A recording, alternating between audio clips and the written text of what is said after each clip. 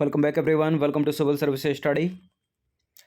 Test number 779 पर आ जाइए। UP PCS के लिए हैं और करंट अफेयर्स का टेस्ट लगाते हैं इसमें। तो चलिए स्टार्ट करते हैं। टेस्ट सीरीज़ इस टेस्ट सीरीज़ की प्लेलिस्ट बना रखी है डिस्क्रिप्शन बॉक्स में, उसका लिंक है, वहाँ पर आप टेस्ट नंबर 1 से लेकर 779 तक पहुँच सकते हैं।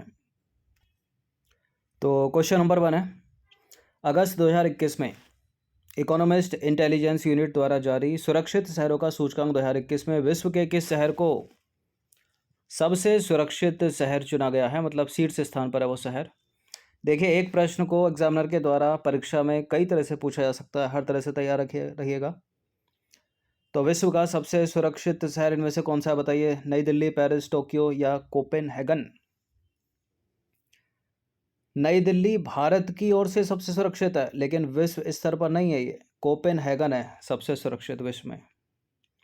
तो अगस्त 2021 में द इकोनॉमिस्ट इंटेलिजेंस यूनिट द्वारा विश्व के सुरक्षित शहरों का सूचकांक सेफ सिटी इंडेक्स 2021 जारी किया गया है। इस सूचकांक में 60 शहरों को शामिल किया गया है। यह रैंकिंग जो है डिजिटल कार्यप्रणाली, हेल्थ हो गया, इंफ्रास्ट्रक्चर हो गया, एनवायरनमेंट, सिक्योरिटी समेत 76 मापदंडों पर आधारित है। कोपेनहेगन जो डेनमार्क की कैपिटल है, उसको विश्व के सबसे सुरक्षित शहरों की सूची में शीर्ष स्थान प्राप्त हुआ है। इंपॉर्टेंट है प्रश्न। इसके पश्चात देखें तो टोरंटो, कनाडा का टोरंटो दूसरे स्थान पर है। सिंगापुर तीसरे स्थान पर है। ऑस्ट्रेलिया की सिडनी चौथे स्थान पर है और टोक्यो 5वें स्थान पर है। ठीक है, और इस सूची में यंगून को सबसे निचला स्थान प्राप्त हुआ है, 60वां स्थान। ठीक है, सिडनी तो शहर है ना ऑस्ट्रेलिया का, कैपिटल तो कैनबरा है। तो देखिए आगे चलते हैं थोड़ा। विश्व के सबसे सुरक्षित शहरों की सूची में भारत के केवल 2 शहरों को शामिल किया गया है। उनमें से एक है नई दिल्ली, 48वां स्थान प्राप्त हुआ है, और ये राष्ट्रीय राजधानी या दूसरी आर्थिक राजधानी मुंबई, इसको 50वां स्थान प्राप्त हुआ है। तो भारत की तरफ से अगर ये प्रश्न पूछा जाता है कि भारत में कौन सबसे सुरक्षित है, तो नई दिल्ली।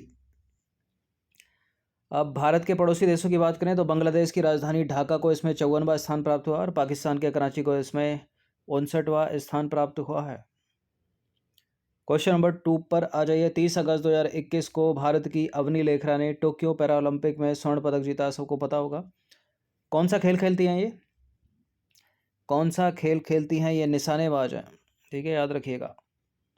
तो 30 अगस्त 2021 को भारत की अवनी लेखरा ने निशानेबाजी प्रतियोगिता में महिलाओं की R2 10 metre air rifle SH1 श्रेणी में स्वर्ण पदक जीता, और इसी पैरा ओलंपिक में 50 मीटर एयर राइफल SH1 में इन्होंने रजत पदक भी जीता, कांस्य पदक भी जीता। मतलब पहला पदक जीता है 10 मीटर एयर राइफल में और तीसरा पदक जीता है 50 मीटर एयर राइफल में, और 249.6 अंक बनाकर उन्होंने यूक्रेन की इरियाना सेतनिक के दिसंबर 2018 के विश्व रिकॉर्ड की बराबरी की, और यह पैरा ओलंपिक का एक नया रिकॉर्ड है।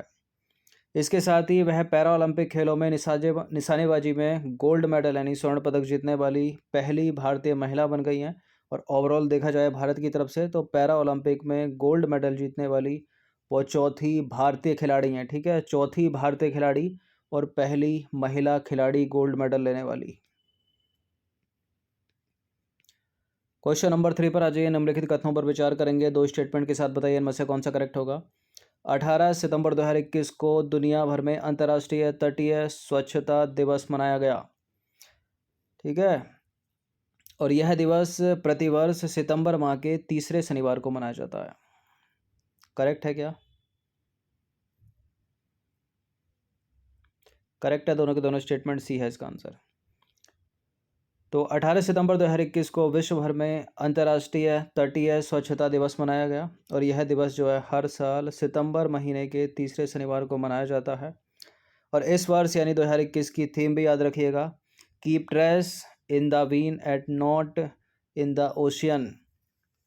ठीक है, कचरे को बीन में रखें, ना कि समंदर में। उद्देश्य क्या है? लोगों को समुद्र तटों को साफ करने और कचरे को हटाने के लिए प्रोत्साहित करना।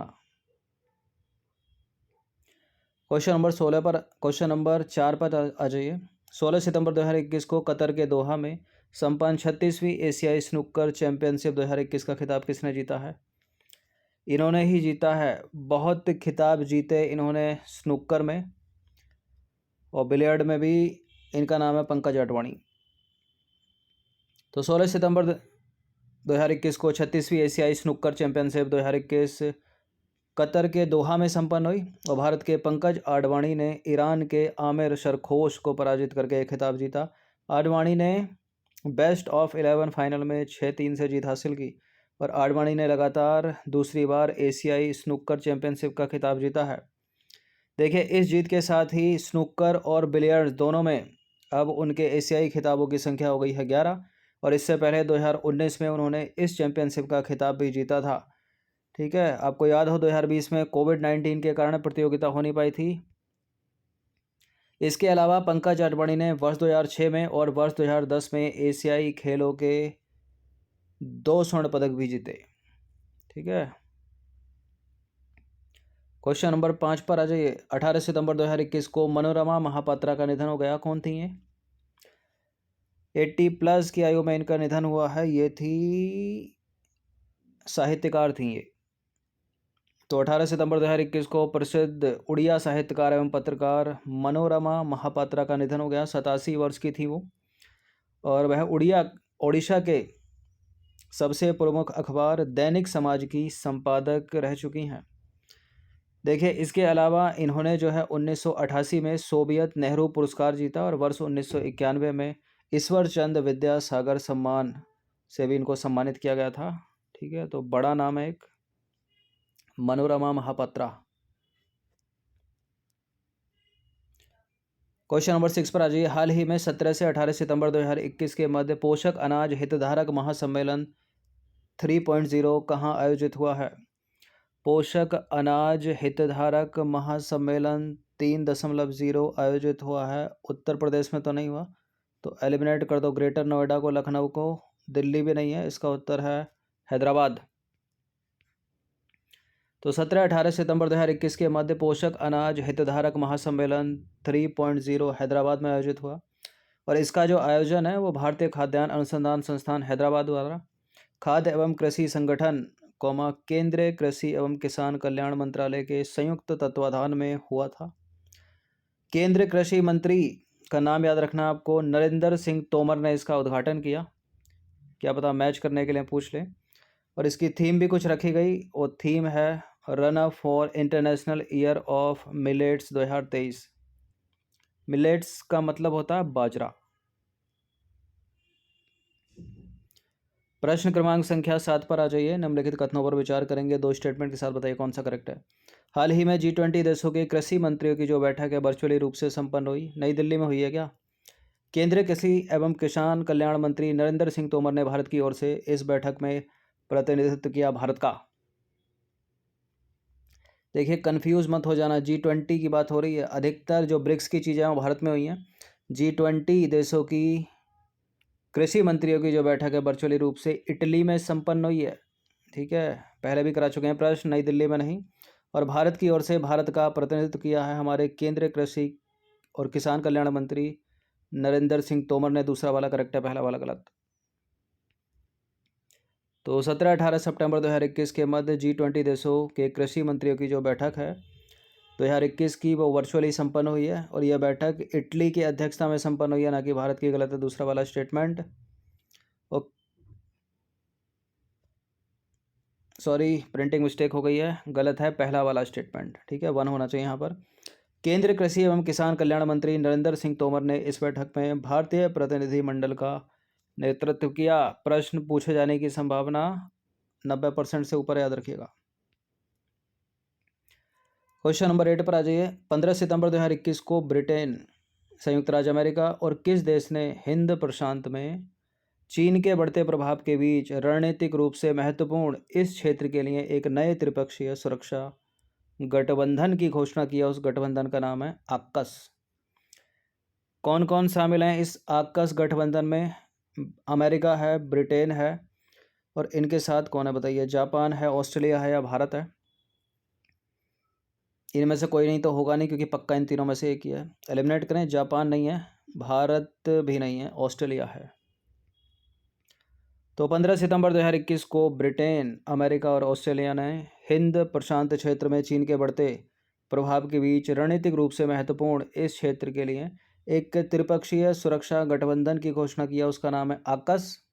ये नाम भी याद रखिएगा। और इसका उद्देश्य है अपने साझा हितों की रक्षा करना और परमाणु ऊर्जा से संचालित पनडुब्बियां हासिल करने में ऑस्ट्रेलिया की मदद करने सहित रक्षा क्षमताओं को और बेहतर तरीके से साझा करना। क्वेश्चन नंबर 9 पर आ जाइए। हाल ही में किस प्रौद्योगिकी संस्थान के द्वारा यानी आईआईटी के द्वारा भारतीय संस्थानों में इंजीनियरिंग पाठ्यक्रमों के दौरान भाषा की समस्या को समाप्त करने के उद्देश्य से उड़ान परियोजना शुरू की गई है?